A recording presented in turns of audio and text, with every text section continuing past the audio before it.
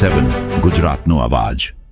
નમસ્કાર દર્શક મિત્રો, i7 ન્યૂઝ ગુજરાતીની સાથે હું છું આપની સાથે પાયલ બામભણિયા। તો જોઈએ આજના મહત્વના સમાચાર।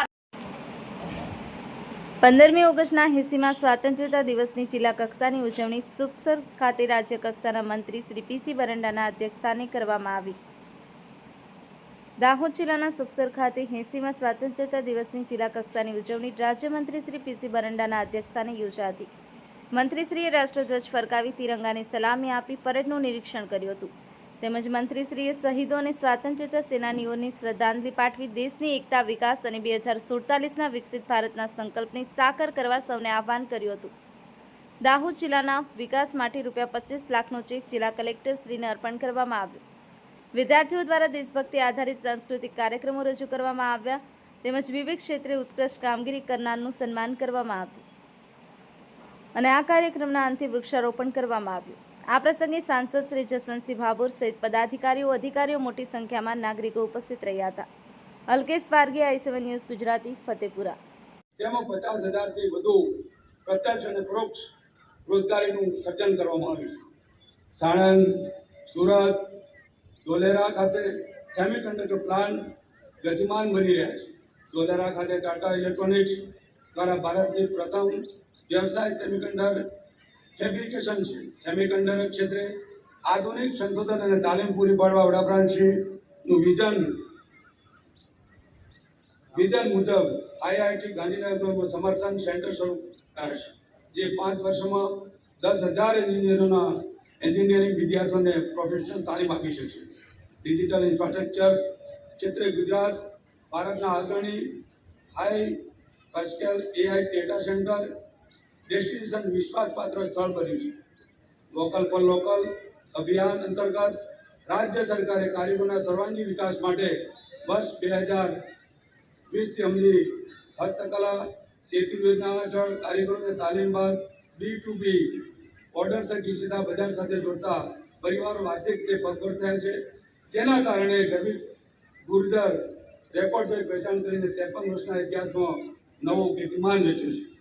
ગુજરાતમાં માર્ગ, મકાન અને ટ્રાન્સપોર્ટ ક્ષેત્રે ઇઝ ઓફ લિવિંગ તેમજ ગ્રીન ગ્રોથના એક નવા યુગનો પ્રારંભ થયો છે। હાલમાં વડોદરા મુંબઈ એક્સપ્રેસવે, ભરૂચમાં 6 GIDC project, bulk drug zone project, Navsari ખાતે વિશ્વના સૌથી મોટો ડિજિટલ હબ સ્ટેશન પ્રોજેક્ટનો સમાવેશ થાય છે। પરિવહન ક્ષેત્રે ગાંધીનગર, ભાવનગર, વડોદરા પ્રધાનમંત્રી ઈ બસ સેવા શરૂ કરાઈ છે, જેમાં ગ્રીન અને સ્માર્ટ પબ્લિક ટ્રાન્સપોર્ટનો ઉત્કૃષ્ટ પુરાવો છે।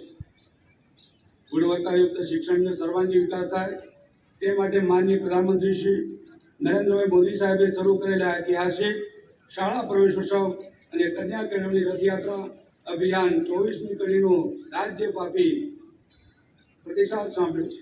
રાષ્ટ્રીય શિક્ષણ નીતિ આધારિત સ્ટેટ કરિક્યુલમ ફ્રેમવર્ક અને school quality assessment and insurance framework પુસ્તકનું લોકાર્પણ તથા નિપુણ ગુજરાત કાર્યક્રમમાં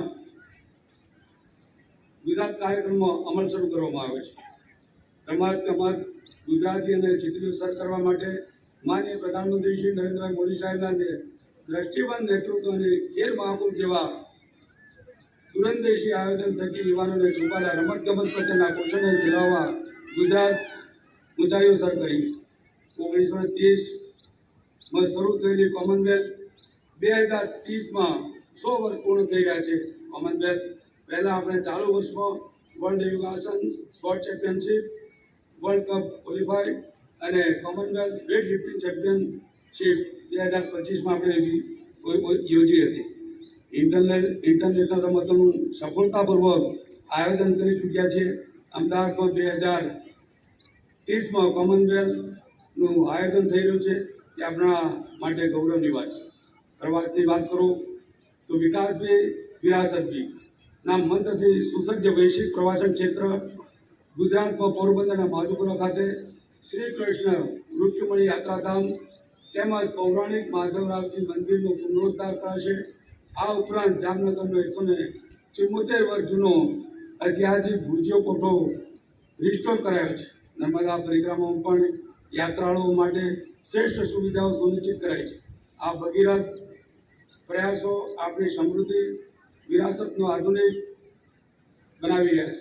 વિકસિત ભારતનો મૂળ અમૃતકાળ એટલે વિશ્વ વિકાસ જનકલ્યાણના 12 વર્ષમાં માનનીય પ્રધાનમંત્રી શ્રી નરેન્દ્ર મોદી સાહેબના પાછલા 12 વર્ષ યથાર્થ પરિશ્રમના પરિણામ સ્વરૂપે અનેક વૈશ્વિક વિઝનથી ગુજરાત આજે આધુનિક ઇન્ફ્રાસ્ટ્રક્ચર કેન્દ્ર બન્યું છે. તેમને શપથવિધિના માત્ર 17 દિવસમાં સરદાર સરોવર ડેમના દરવાજાની મંજૂરી આપી હતી.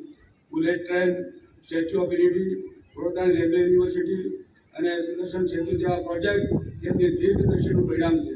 આજે ગુજરાત વૈશ્વિક રોકાણકારો માટે પ્રથમ પસંદગી બની છે. ત્યારે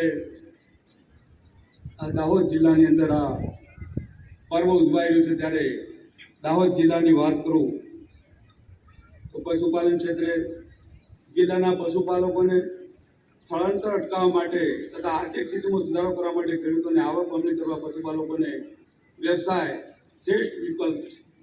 એમાં દર વર્ષે 175 પશુ મેળાનું આયોજન કરવામાં આવ્યું હતું.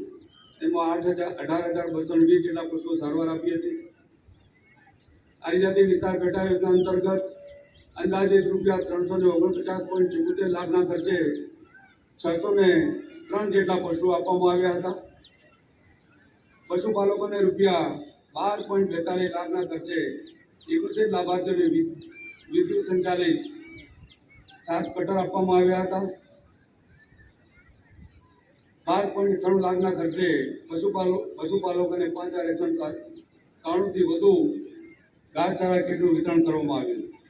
કેન્દ્ર સરકાર અને રાજ્ય સરકારના સહયોગથી જિલ્લામાં 13,302 દુધાળા પશુઓની ખરીદી માટે રૂપિયા 36 કરોડની સહાય આપવામાં આવી હતી.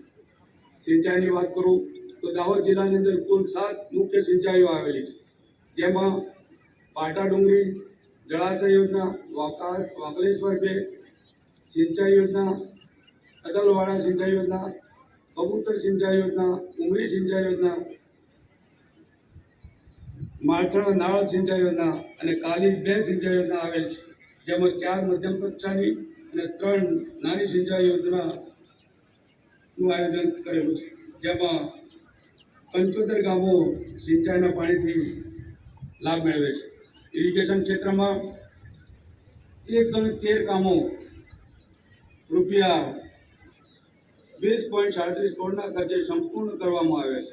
તેના થકી કુલ 2200 હેક્ટર વિસ્તારમાં સિંચાઈનો લાભ થવા જઈ રહ્યો છે.